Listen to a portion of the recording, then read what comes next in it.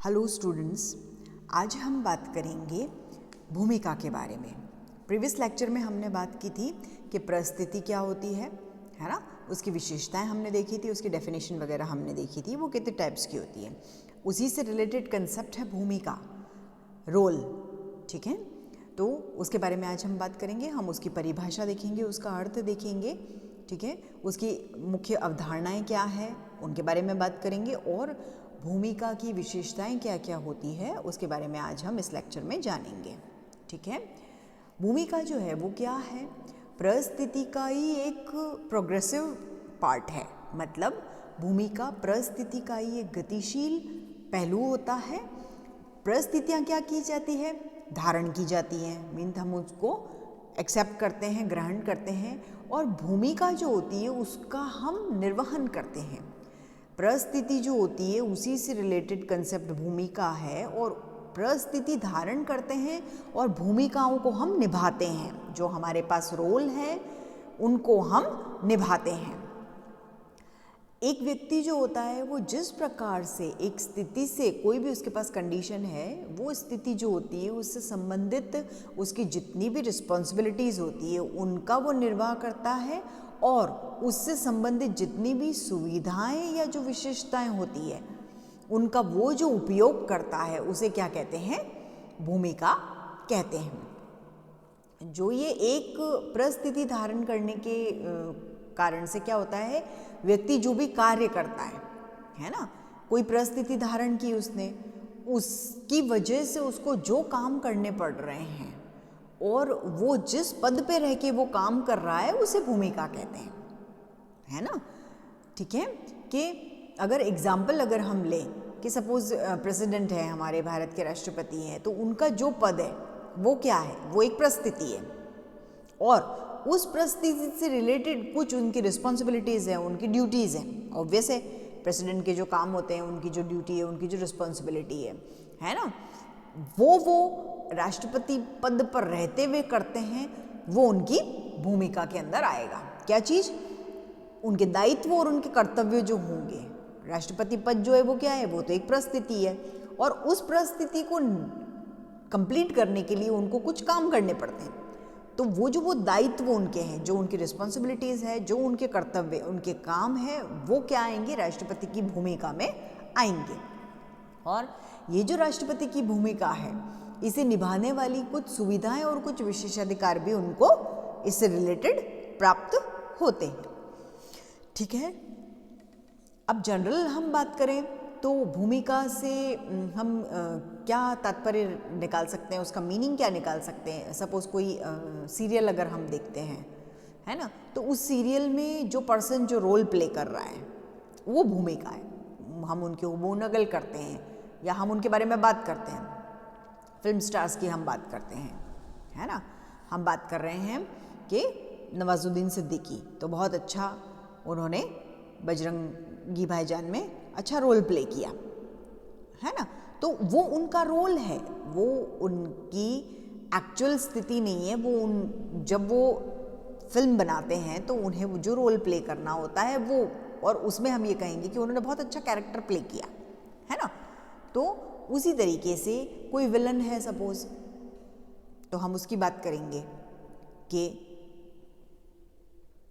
कोई ऐसा पर्सन जो नेगेटिव किरदार निभा रहा है, चाहे वो फिल्म में हो, चाहे वो सीरियल्स वगैरह में हो, तो उसकी नेगेटिव जो बातें हैं वो हम बताएंगे। क्यों? क्योंकि वो रोल प्ले कर रहा है, वो उसमें अपनी पूरी नेगेटिविटी शो कर रहा है, क्योंकि वो तो खलनायक है, वो पूरी नेगेटिविटी शो कर रहा है, वो अपना जो रोल है, अपनी जो भूमिका है उसके साथ पूरा जस्टिस कर रहा है, और हम उसकी उस भूमिका के बारे में चर्चा करते हैं, बात करते हैं। ठीक है, तो ये तो जनरल इनके रोल के बारे में बात की हमने। लेकिन क्या होता है, सोशियोलॉजी में भूमिका जो होती है उसका मीनिंग क्या होता है, परिस्थिति से संबंधित कार्यों के निर्वाह से। मतलब हमारी जो सोशियोलॉजी की जब हम बात कर रहे हैं तो हमारे सामान्य जीवन की बात आ रही है, और तब ये कहा जाता है कि भूमिका का मतलब क्या होता है, मतलब जो स्टेटस है, जो हमारी परिस्थिति है, उससे संबंधित जिन कामों को हम करते हैं वो सब होती है भूमिका। ठीक है, तो अगर हम इजी वे में कहें तो हम ये कह सकते हैं कि एक व्यक्ति समाज में जो भी पद या स्थिति प्राप्त करता है उसे परिस्थिति कहते हैं, और उन्हीं परिस्थितियों से जुड़े हुए कुछ कार्य होते हैं जो समाज में क्या होते हैं, वैलिड होते हैं, मान्य होते हैं, और उन्हें क्या कहा जाता है, भूमिका कहा जाता है। भूमिका क्या है, प्रगति क्या है, भूमिका परिस्थिति का एक गतिशील पहलू होता है, और ये कोई भी स्थिति होती है उससे संबंधित निश्चित भूमिका होती है। ठीक है, अब हम बात करते हैं डेफिनेशंस की। तो हम सबसे पहले लिंटन की डेफिनेशन देखेंगे इस बारे में कि वो ये कह रहे हैं कि भूमिका शब्द का प्रयोग किसी विशेष संस्कृति से संबंधित सांस्कृतिक प्रतिमान के लिए किया जाता है। क्या किया जाता है, भूमिका शब्द का प्रयोग कोई विशेष परिस्थिति, विशेष संस्कृति होती है या कोई सांस्कृतिक प्रतिमान होता है उसके लिए उसका प्रयोग किया जाता है। मतलब वो ये कहना चाह रहे हैं कि भूमिका शब्द का प्रयोग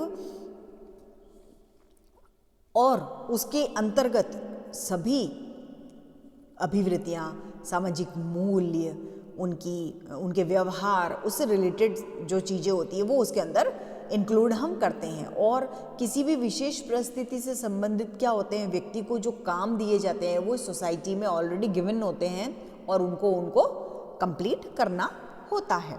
ठीक है, नेक्स्ट अगर हम डेफिनेशन देखें, हम भूमिका और भूमिका के काम भी बोल सकते हैं उनको, और उनके डेफिनेशंस भी बोल सकते हैं।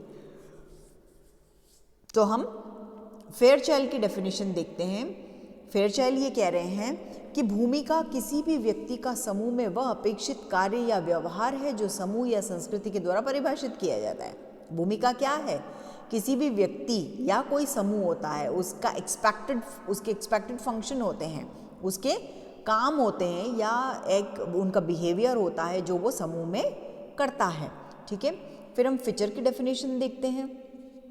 वो ये कह रहे हैं कि जब बहुत से अंतः संबंधित व्यवहार प्रतिमान एक सामाजिक प्रकार्य के चारों ओर घूमते रहते हैं और उसके चारों ओर एकत्रित होते हैं, इकट्ठे होते हैं, तो उसी सम्मिलन को, वो जो मिलन होता है उसको हम सामाजिक कार्य कहते हैं, है ना।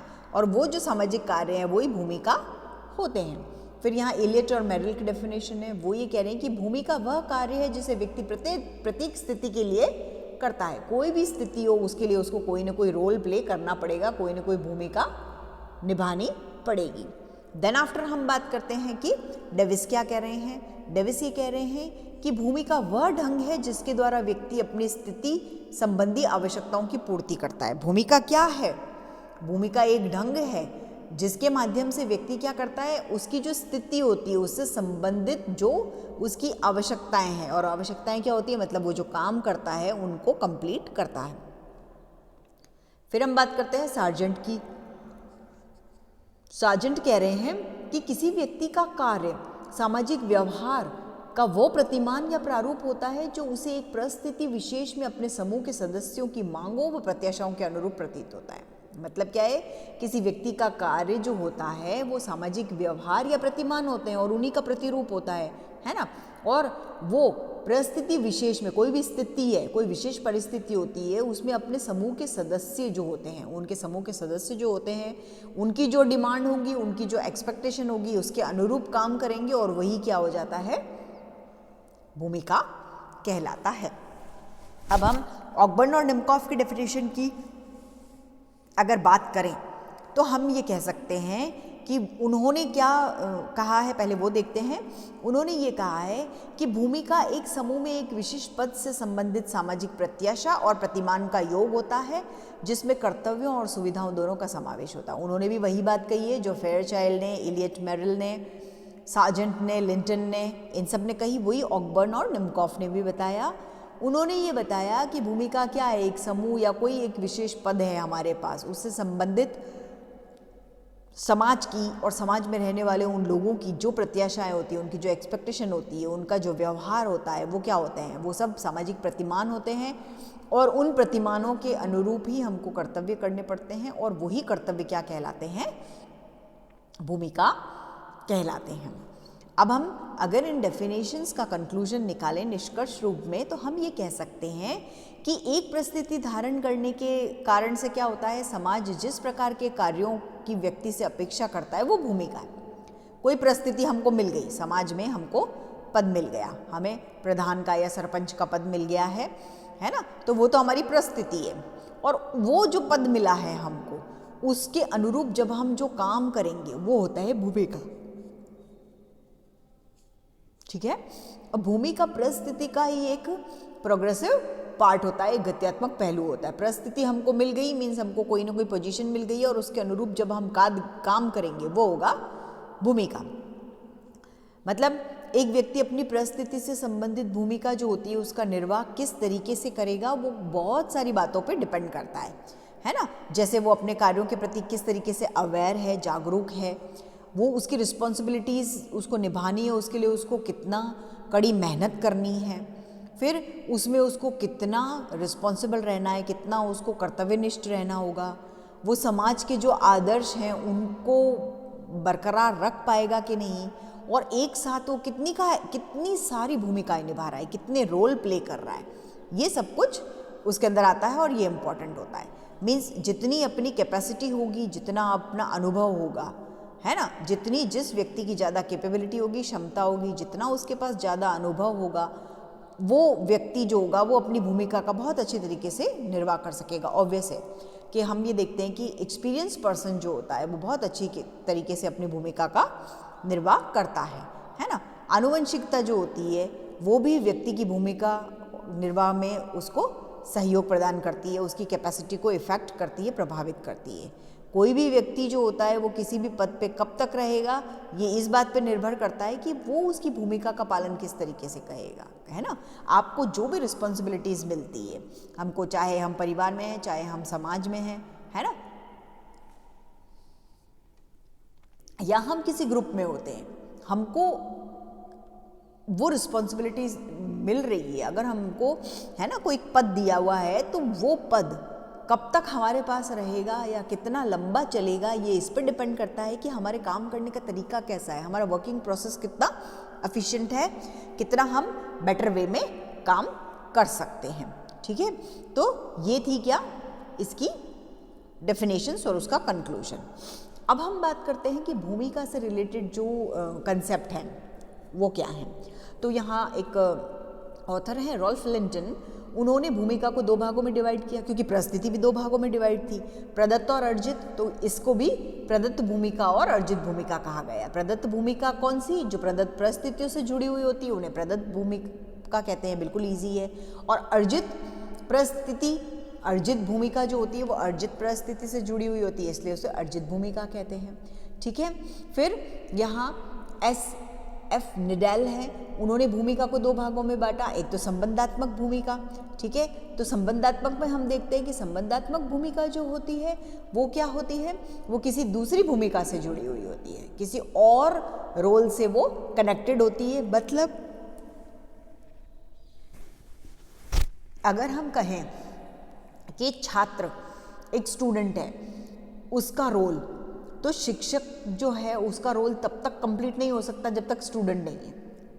जैसा अभी कोरोना का टाइम है, स्टूडेंट्स नहीं आएंगे, नेट की फैसिलिटी वगैरह भी हमारे पास नहीं है सपोज, तो हम स्कूल कॉलेज पहुंच जाएंगे लेकिन स्टूडेंट नहीं आएंगे तो हम पढ़ाएंगे किसको। अभी भी आप लोग नेट पे अवेलेबल हैं इसलिए हम आपको पढ़ा रहे हैं। तो जब तक आप लोग नहीं हैं, आप स्टूडेंट्स नहीं हैं, तो हम लोगों का रोल प्ले नहीं हो सकता है। मतलब छात्र की भूमिका नहीं होगी तो शिक्षक की भूमिका अर्थहीन है। छात्रों के बिना शिक्षक नहीं हो सकते हैं, है ना। तो ये होती है संबंधात्मक, एक से दूसरी रिलेटेड है। फिर बात आती है किसकी, गैर संबंधात्मक भूमिका की। मतलब इसके अंदर क्या होएगा कि कुछ भूमिकाएं ऐसी होती है जो बिल्कुल फ्री होती है, स्वतंत्र होती है। जैसे कि पेंटर की बात करें हम, चित्रकारों की, वो अपनी पेंटिंग वगैरह करेंगे, उनको कोई मतलब नहीं है कौन है क्या है, इस तरीके से। ठीक है, भूमिका पुंज, भूमिका तनाव और भूमिका संघर्ष, इनकी अगर हम बात करें तो हम कह सकते हैं कि एक परिस्थिति से जुड़ी विभिन्न भूमिकाओं को भूमिका पुंज कहते हैं। मतलब एक परिस्थिति जो है उसी से जुड़े अलग अलग रोल हैं, उनको हम कहेंगे भूमिका पुंज। जब एक ही परिस्थिति के अंदर एक भूमिका के निष्पादन से दूसरी भूमिका का निष्पादन होता है, कम या अधिक, या वो प्रभावित होते तो उनका अंतर्विरोध हो जाता है।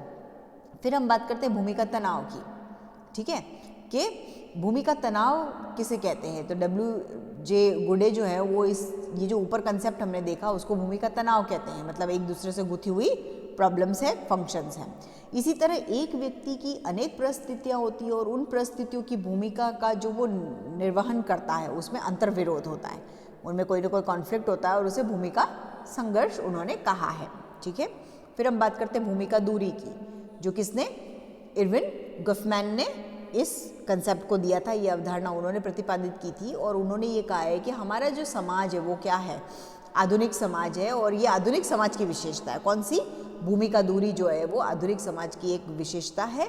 जब किसी पद से जुड़े कार्य की मांग बहुत अधिक होती है ना, कोई भी ऐसा पद है जिससे रिलेटेड काम जो है उनकी डिमांड बहुत ज़्यादा है, तो इस व्यस्तता के कारण धीरे धीरे व्यक्ति क्या करता है, अपने काम में इंटरेस्ट नहीं दिखाता है ना, उसके काम में अरुचि पैदा होने लग जाती है और उसकी इस कारण से क्या होता है, भूमिका को वो बहुत अच्छी तरीके से प्ले नहीं कर पाता है, वो निभा नहीं पाता है और इसे भूमिका दूरी कहते हैं। फिर हम बात करते हैं भूमिका निर्माण की। इसका कंसेप्ट किसने दिया, रॉल्फ टर्नर ने दिया था और वो ये कह रहे हैं कि इसके अनुसार क्या होता है, भूमिका हमेशा अंतःक्रिया की प्रक्रिया से परिवर्तित होती है, चेंज होती है और इसीलिए भूमिका हमेशा क्या होती है, बनने की प्रक्रिया है और उसी में वो शामिल रहती है, उसी में वो इंक्लूड रहती है। ठीक है, फिर हम बात करते हैं भूमिका ग्रहण की। ये सब टाइप्स हैं, है ना, ये अवधारणाएं हैं, कंसेप्ट टाइप्स हैं भूमिका ग्रहण की, कि ये जो भूमिका ग्रहण है ये G.H. मीड की अवधारणा है और उन्होंने इसे सक्रिय भूमिका ग्रहण भी कहा है कि इसका यूज़ कब किया जाता है, जब सोशलाइजेशन की व्याख्या करनी हो, समाजीकरण की व्याख्या के लिए इसको यूज़ किया जाता है। नई भूमिका प्राप्त होने पे क्या होता है, उसके अनुसार ही हमको भूमिका निभानी पड़ती है, आचरण हमको करना पड़ता है।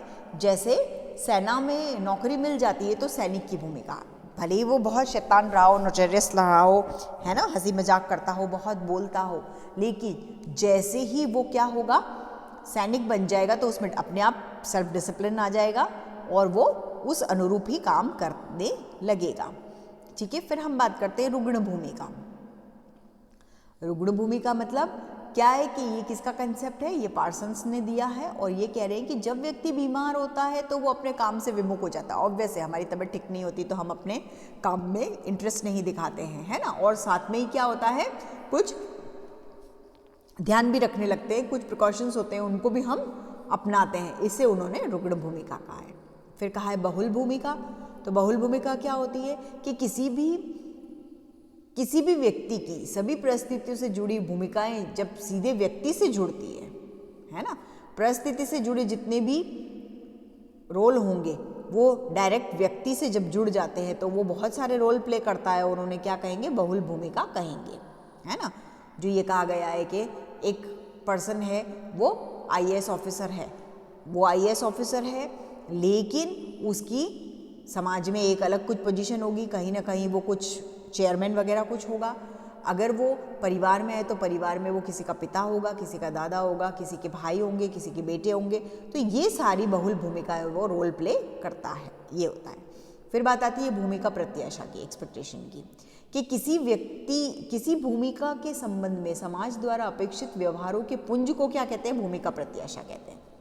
मतलब इसके अंतर्गत खुद से रिलेटेड कई ऐसी एक्सपेक्टेशन होती है और दूसरों की अपेक्षा दोनों शामिल होती है। जैसे टीचर से अच्छे शिक्षित होने की, वो शिक्षित तो है लेकिन उससे ये एक्सपेक्ट किया जाता है कि वो क्या करे, अच्छा एजुकेशन दे, लोगों को, बच्चों को एजुकेट करे, उन्हें अच्छी शिक्षा दे।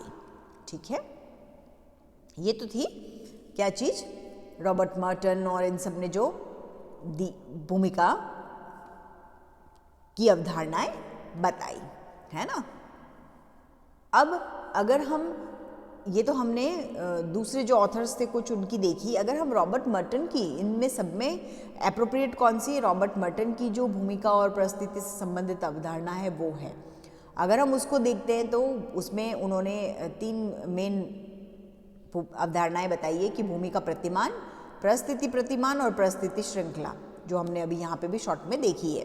भूमिका प्रतिमान के बारे में अगर हम बात करें तो हम ये कह सकते हैं कि कोई भी भूमिका जो होती है वो एक पक्षीय या अलग नहीं होती है, उससे रिलेटेड कोई ना कोई भूमिका रोल उनको एक्सेप्ट करने पड़ते हैं, है ना।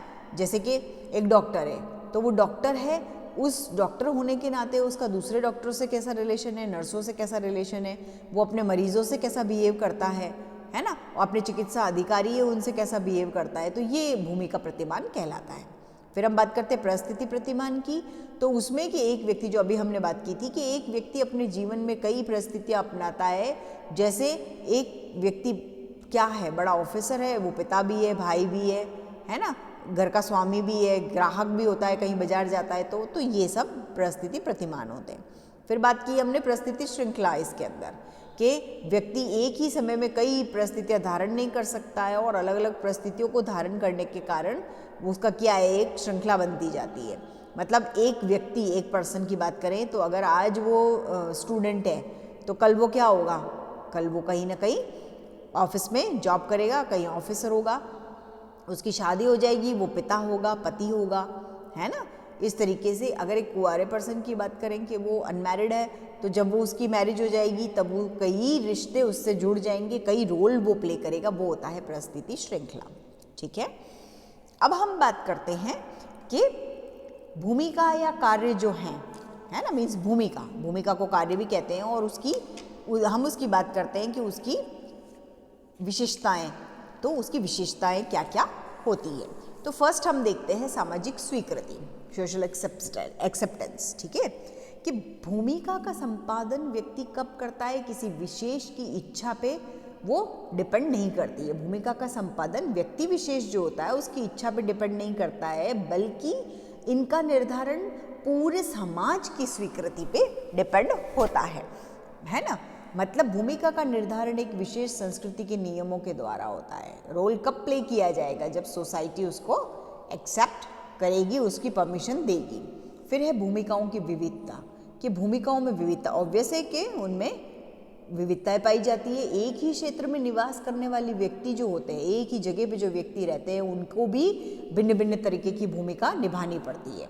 एक व्यक्ति को अनेक व्यक्तियों के साथ तथा अनेक संस्थाओं के साथ अलग अलग भूमिका, ऑब्वियस है ना, कि एक पर्सन होता है वो उसका व्यक्तियों से भी अलग अलग कांटेक्ट होता है, और फिर वो संस्थाओं में भी जाता है, अलग अलग संस्थाओं से अलग अलग तरीके का व्यवहार होता है, तो उसे कई भूमिका निभानी पड़ती है। जैसे यहाँ पे एग्जाम्पल दिया हुआ है, परिवार, कॉलेज, क्लब, आर्थिक संगठन। तो एक परिवार में व्यक्ति की भूमिका वो उसका भी निर्वहन करेगा, कॉलेज में अगर वो लेक्चरर है, प्रिंसिपल है तो उसका भी निर्वहन करेगा, क्लब में अगर वो मेंबर है या कोई चेयरपर्सन है तो, और कोई आर्थिक संगठन है वहाँ वो CEO है, कोई और पद पे है, खाली मेंबर है, इस तरीके से वो कई भूमिकाओं को निभाता है। इसे भूमिका की विविधता कहते हैं। फिर भूमिका निश्चित, एक विशेषता ये है कि कोई भी स्थिति होती है, उस स्थिति से संबंधित कार्य जो होते हैं वो निश्चित होते हैं, डेफिनेटली वो बिल्कुल सर्टेन होते हैं, निश्चित होते हैं। और विशिष्ट जो स्थितियाँ होती है उस पर व्यक्ति आसानी से समाज में उन्हीं कार्यों की एक्सपेक्टेशन रखता है और उनके लिए ही वो समर्पित होता है। इसे कहते हैं भूमिका निश्चित। ठीक है, कि बिल्कुल क्लियर है कि हमको ये रोल प्ले करना है और उसको बहुत एफर्ट लगा के वो काम कर रहा है। फिर बात करते हैं कि भूमिका के स्वरूप का निर्धारण सांस्कृतिक मान्यताओं द्वारा होता है। अब इसमें क्या होगा कि कार्य तथा भूमिका जो होती है उसके स्वरूप या प्रतिमान का जो निर्धारण किया जाता है वो सामाजिक सांस्कृतिक मान्यताओं द्वारा ही होगा। मतलब कोई व्यक्ति इच्छा से अपने निर्धारित कार्यों में परिवर्तन नहीं कर सकता है ना। काम करने हैं ये ऑलरेडी डिसाइडेड है, उसकी भूमिका, उसका प्रतिमान सोसाइटी से डिसाइडेड है। मीन्स सांस्कृतिक मान्यताएं जो होती है उनके द्वारा होता है, और कोई भी व्यक्ति जो पर्सन होता है वो अपनी इच्छा से उस भूमिका को चेंज नहीं कर सकता है। ये एक विशेषता है। फिर सामाजिक व्यवहार की सीमाएं निर्धारित हैं। मतलब क्या है कि सामाजिक संगठन और सामाजिक जीवन के लिए कार्य या भूमिका का विशेष महत्व होता है, और इसी के द्वारा क्या किया जाता है, व्यक्ति के सामाजिक व्यवहार की जो लिमिटेशंस होती है उनको डिसाइड किया जाता है, उनकी सीमाएं निर्धारित की जाती है, और जो पूरा समाज जो होता है वो व्यवस्थित रूप से इसको चलाता रहता है। फिर हम बात करते हैं गतिशील अवधारणा की, कि सामाजिक भूमिका की अवधारणा स्थिर नहीं है, वो गतिशील है, वो लगातार चलती रहती है। प्रोग्रेसिव प्रोसेस है। और गतिशीलता के कारण ही क्या होता है, टाइम पे इनमें चेंजेस भी होते रहते हैं, इनमें परिवर्तन भी होते रहते हैं।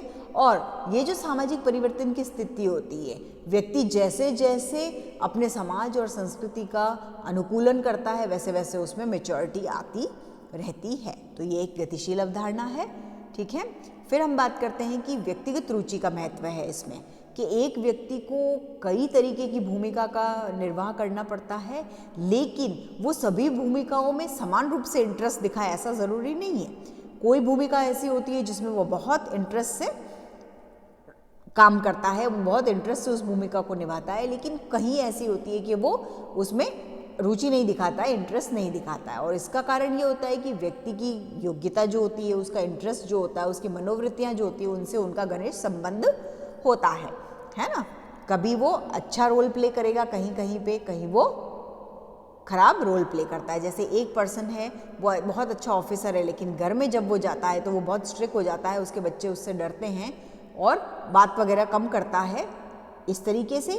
या वो घर में परिवार में बहुत अच्छे से रोल प्ले कर रहा है सारे, लेकिन वो ऑफिस आता है तो वो कार्य से विमुख होता है, उसको काम में वो अपना इंटरेस्ट नहीं दिखाता है, इस तरीके से।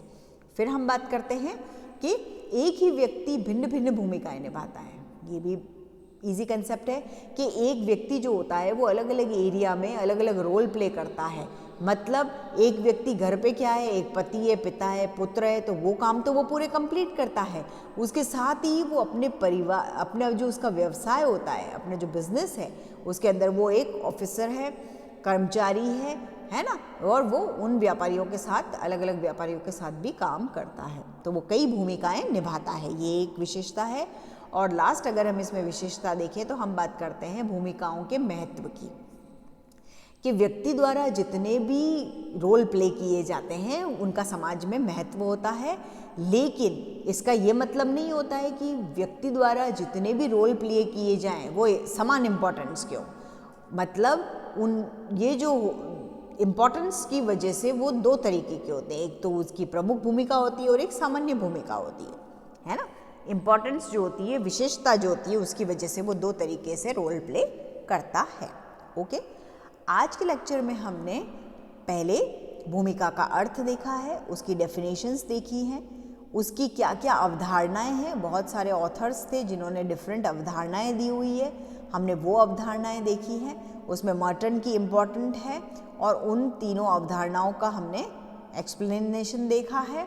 फिर हमने देखा है कि भूमिका जो होती है उसकी विशेषताएं कौन कौन सी होती है। नेक्स्ट जो लेक्चर होगा उसके अंदर हम इसी से रिलेटेड नेक्स्ट कंसेप्ट की बात करेंगे। Okay, thank you.